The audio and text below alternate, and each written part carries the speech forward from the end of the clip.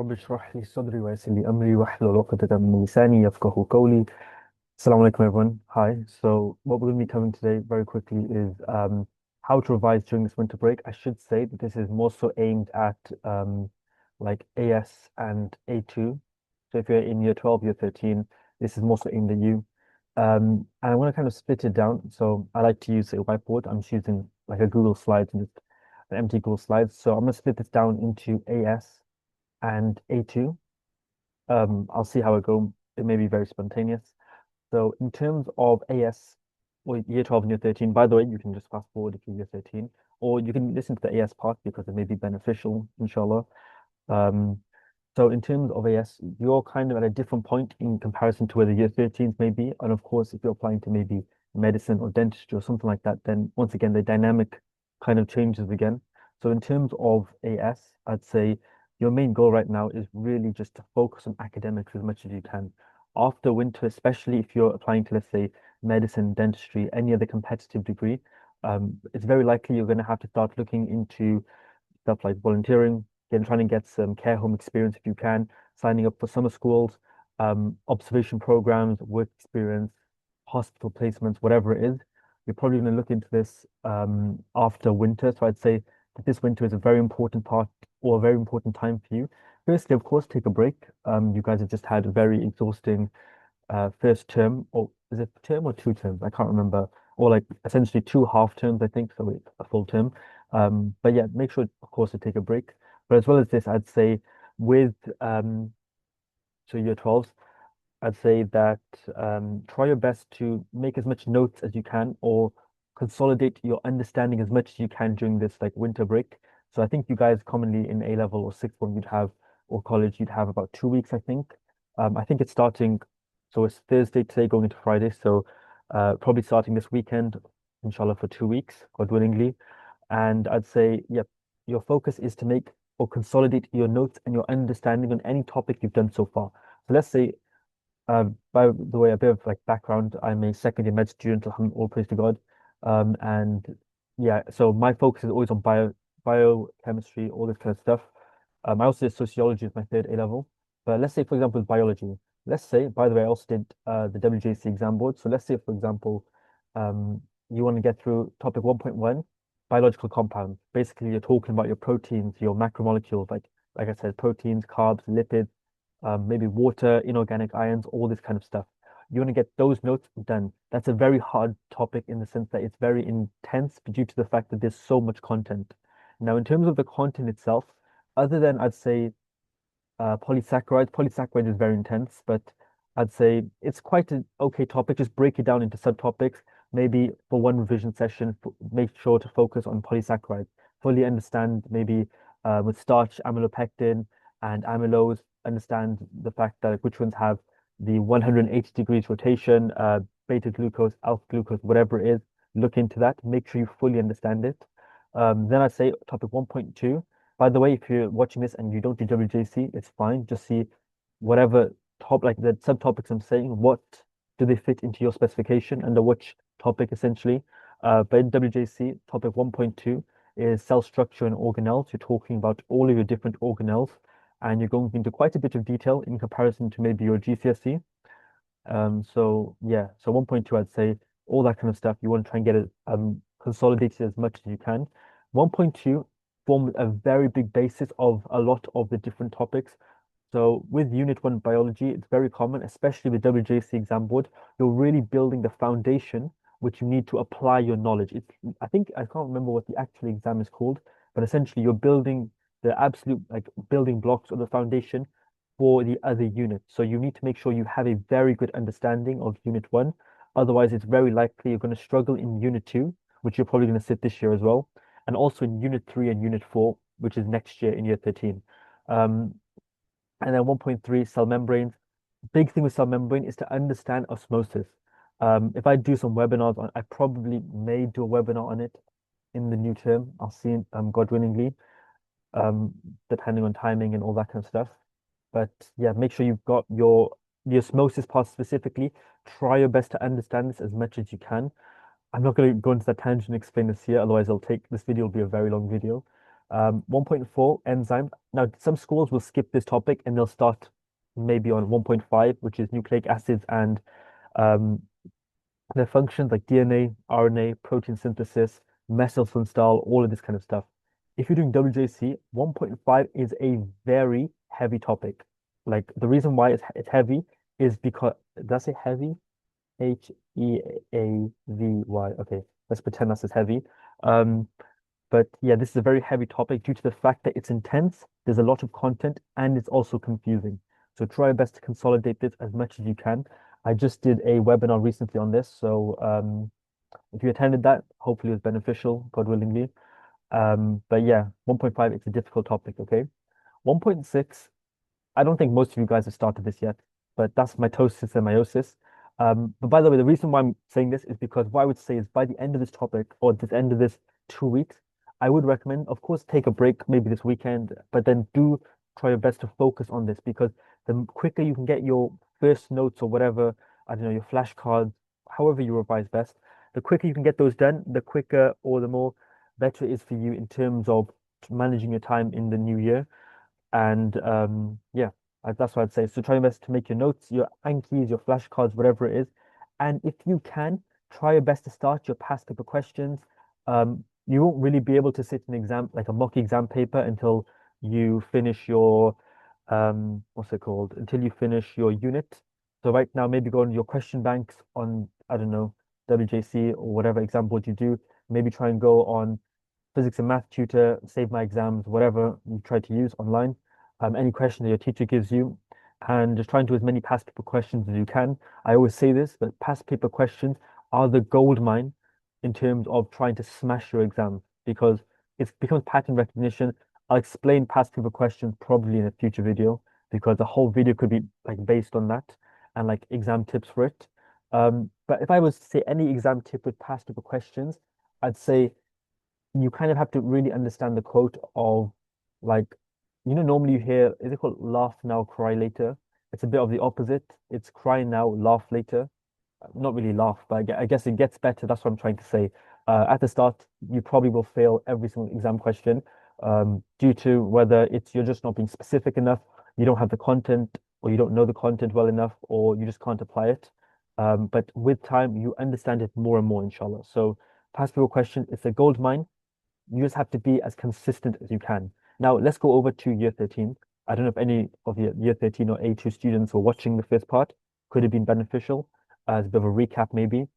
But what I'd say is by the end of this, what's it called? By the end of this winter break, with biology, your goal is to try to get through specific topics, okay? So topic 3.1, 3.1 is talking to you about the importance of ATP, okay? Remember I said, like I study under WJC, so I'm referencing those topics and like all praise to God, I like kind of like memorize the numbers in my head as to which topics where, because I do tutoring as well. If you're interested in tutoring, then what's it called? I'll write my thing out, my Gmail. I'll cry out quickly. So it's Ayan Bukhari 16 and then just like at gmail.com. I think I don't know if that's in the description of my YouTube. I can't remember. But yeah, basically, if you want or interested in tutoring one-to-one or group classes, I also do group classes. If you're interested, then feel free to drop me an email and we can look into that. So anyway, but yeah, that's how I know all this kind of stuff, like about each specific topic. Anyway, back to 3.1. So 3.1 was talking about the importance of ATP. This seems like a very small topic. It is in the textbook. However, you need to understand that you need to fully understand this topic because chemiosmosis is very common. You're not going to understand this right now. You're going to understand this probably closer to exam season. However, chemiosmosis and the movement of protons in order to form like ATP and so forth, it's relevant in topic 3.2, photosynthesis, and 3.3, respiration. So please make sure you understand that concept, okay? Excuse me. Then you've got 3.2, photosynthesis and respiration. You probably have covered all of these topics so far. I would recommend, similar with what I said to the AS student at the start of the video, make sure you finish in this winter break, you finish your notes, your flashcards, whatever it is on these topics. So in the new year, even if you haven't got through all of them, you can then start doing the past paper questions because you have that basic understanding, okay? Then let's go over to Unit 4. 3.4, by the way, is microbiology.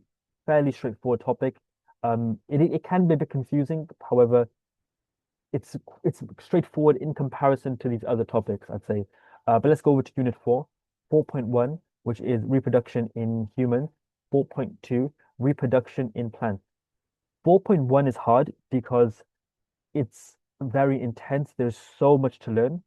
But if you have access to my free Google Drive, I made a poster on this really good poster, all praise to God. 2 pages summarizing the whole thing. I also have my like exam notes as well, which is a few more pages. Less condensed and summarized, but it could still be beneficial. Um, what's it called? If you're on the useful opportunities group chat, then that could be you could get it off there. Or if you haven't got access to the free drive, then feel free to email me. I shouldn't have scribbled my email out, but it's AYANBUKHARI16 at gmail.com, ayanbukhari16 at gmail.com, and I can just like send you the thing, Google Drive. Please make sure to read the disclaimer. And yeah, cool. So 4.1, 4.2, I have got resources on that on the drive. 4.2 is reproduction in plants. This is very confusing. The reason why is because the textbook doesn't explain it extremely well. And also it's plants. So at times, unless potentially you want to specialize in a career to do with plants, it's more likely that you may not, I don't know, have the background information or potentially the passion for studying plants. Of course, everyone's different. If you are very interested in plants, which they are very interesting, um, when you look at subhanAllah, like how much is going on, just like a tiny little flower, a dandelion or sunflower or whatever, it's very fascinating. But yeah, I guess it's very subjective. But yeah, please make sure to try your best and understand as much as you can, okay? Then what else have you covered? Probably, I think that's probably as far as you've gotten, maybe. If you've covered anything else, then make sure you make notes on that as well. Now, very quickly, before I end the video, I want to focus back. I made a video, separate video on this. You can see that, inshallah.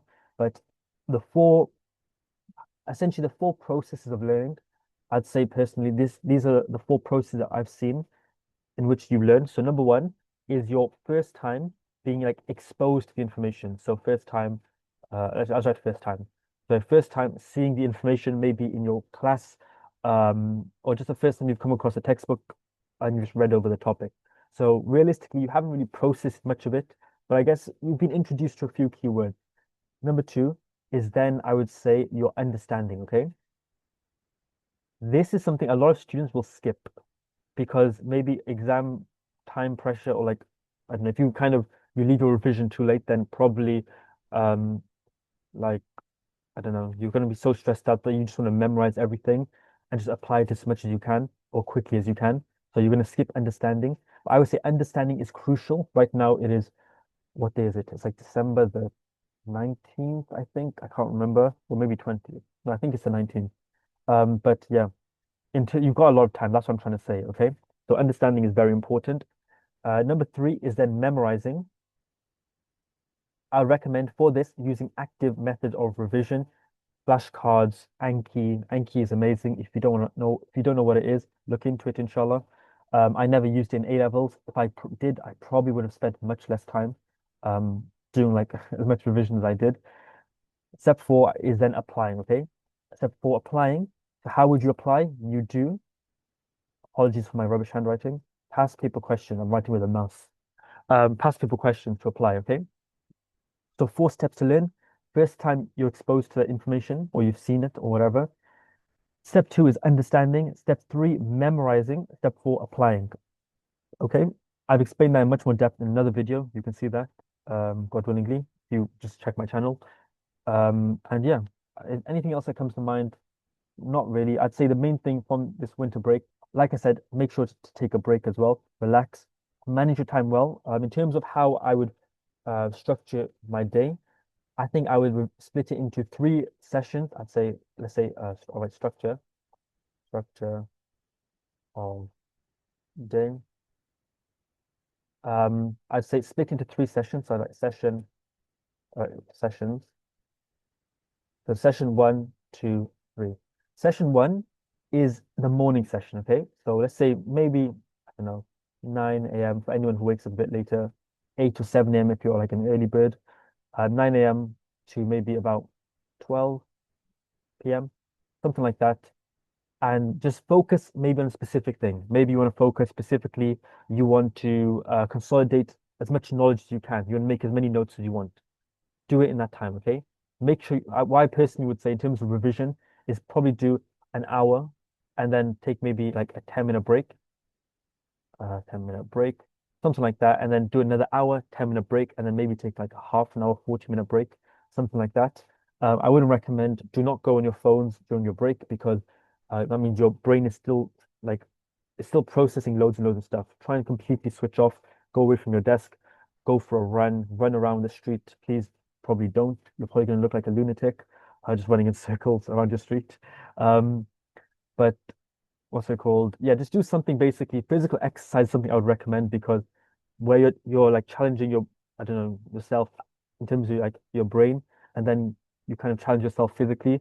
It's a bit of a good balance. That's what I'm trying to say. Physical health is also, or physical well-being is also very important. I think it links quite closely with mental well-being. You can kind of probably see research studies out there, um, if you want to, or you're interested in that. But anyway, back to this. So session one, 9 a.m. to 12 p.m. Utilize the morning hours. If you sleep in, you'll realize that you probably feel more lazy, more tired, and you've also just wasted quite a bit of time. Okay. Of course, in order to wake up early, you also have to sleep early. So don't be sleeping at like 2 a.m. and then expect to wake up at 7 a.m. It's very unrealistic. And if you do that over a long period of time, you're probably going to get like chronic sleep deprivation or something. Um, Step two, or like session two, I would say is maybe go from like 2 p.m. to maybe 5 p.m. You see there's a bit of a gap, maybe for lunch, you want to pray, I don't know, chores, errands, whatever, maybe that little gap over there. And I'd say finally, just session three would probably be from like 6 p.m. You can see there's a bit of a less gap until maybe 8 or 9 p.m. Or you can go up to like 10 p.m. if you're a bit more like you want to stay up a bit later. Um, and yeah, that's what I would probably recommend. And just split it up. Maybe in a specific one, you do like X, Y, Z. So in the first session, you're doing something specific. Then you do something a bit different in the second session. And the third session, maybe you just want to do some past paper questions or something. Um, in terms of a very common question I get asked is how many hours do I revise? Hours is not equal to like, I don't know, like outcome, I guess. Work smart, not hard. However, you also do have to work hard. So do work hard. Work smart, not hard applies when like, let's say for example, you're doing 10 hours of revision and it's just not beneficial. I don't know, it's very passive. You're just highlighting the textbook or you're just copying, pasting information and you're not really processing it. Sure, you're working for hours and hours, but you could work a lot more strategically. However, even if you work strategically, please don't think that you're going to automatically get through all your notes in like 10 minutes. You still have to work hard, but your outcome will probably be a bit better in comparison to if you have no strategy at all. That's a very big misconception. Even if you work smart, you still have to work hard in order to get the outcome. Okay. But you'll see that it's a bit more beneficial, inshallah, God willingly, it yields better results as well. And that's probably all I would say. So I hope it's been beneficial. If you found it beneficial, I don't know. Like I guess I just hope it's been beneficial, inshallah, God willingly. And I don't know if you have any other like suggestions or questions or stuff like you maybe want me to make a video on, feel free to like write in the comments. Is it called on YouTube? Is it called comment? I think or chat or I don't know, whatever it's called, like the thing below the YouTube thingy. Um, and yeah, so and very quickly, I've said this before, but my email is ayanbukhari16 at gmail.com, ayanbukhari16 at gmail.com. So yeah, feel free to like drop me an email if you have any questions. And all the best. I'll stop screen sharing and all the best. Assalamu alaikum.